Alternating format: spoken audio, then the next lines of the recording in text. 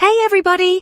I hope you're all doing fantastic today. It's always a pleasure to have you join us. Welcome back to the show. We're thrilled to have you here once again, ready to dive into another exciting session of English learning. It's your favorite time of the day, English learning time with me.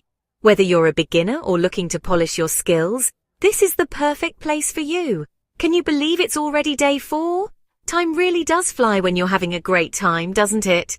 We've covered so much already, and there's still so much more to explore. Time flies when you're having fun, especially when you're learning English with me.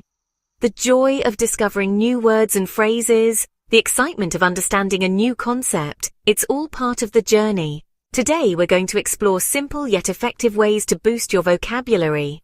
Expanding your vocabulary is one of the most rewarding aspects of learning a new language.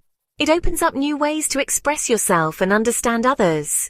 Get ready to unlock new words and sprinkle them into your daily conversations.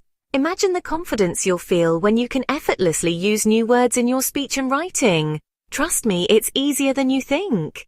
With a little bit of practice and the right techniques, you'll be amazed at how quickly you can expand your vocabulary. Remember, every new word you learn is like adding a vibrant color to the painting of your English skills. Each word adds depth and richness to your ability to communicate. So, grab your notebooks and let's get started on this exciting adventure together. We're going to have a lot of fun, and by the end of today's session, you'll have a bunch of new words to add to your vocabulary arsenal. Let's dive in and make learning English an enjoyable and fulfilling experience.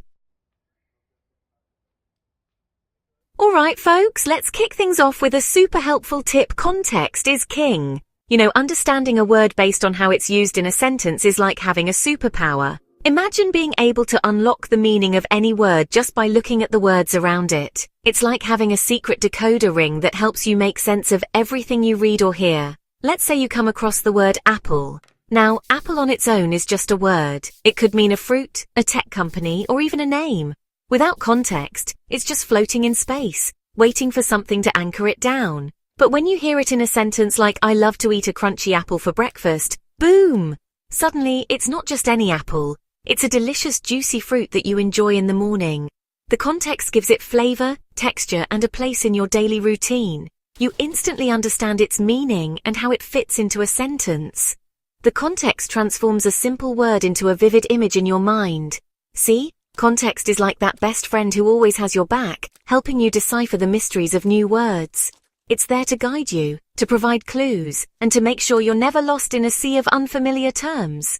So, always pay attention to the surrounding words. They hold the key to unlocking the full meaning. When you read a sentence, look at the words that come before and after the one you're trying to understand. They can give you hints about what the word means and how it's being used. And don't be afraid to use other resources like dictionaries or thesauruses to help you out.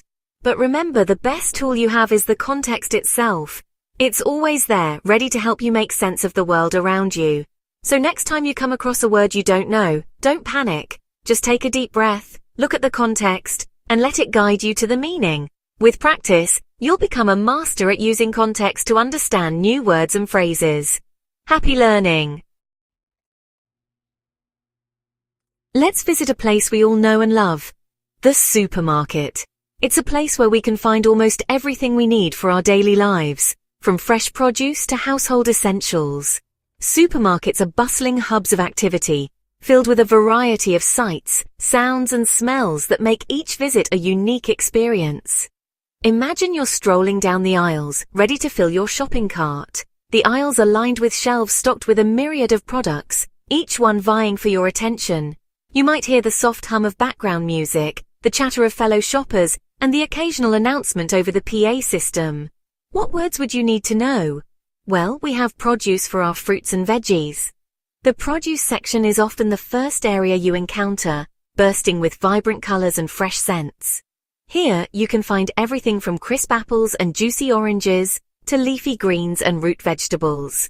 Next, we have the dairy section for milk and cheese. This area is usually kept cool to preserve the freshness of the products. You can find a variety of milk options, from whole milk to plant-based alternatives, as well as an assortment of cheeses, yogurts, and other dairy delights.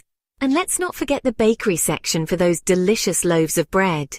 The bakery is often filled with the comforting aroma of freshly baked goods. Here you can find everything from crusty baguettes and soft rolls to sweet pastries and cakes. Don't forget aisle, those pathways that lead you to all the goodies. Each aisle is usually labeled with signs indicating the types of products you can find there, making it easier to navigate the store and find what you need. And hey, if you're feeling adventurous, try asking a friendly staff member, "Excuse me, where can I find the peanut butter?" Supermarket staff are usually very helpful and can guide you to the exact location of the items you're looking for. Remember, practice makes perfect, so don't be shy to test out these words. The more you use them, the more confident you'll become.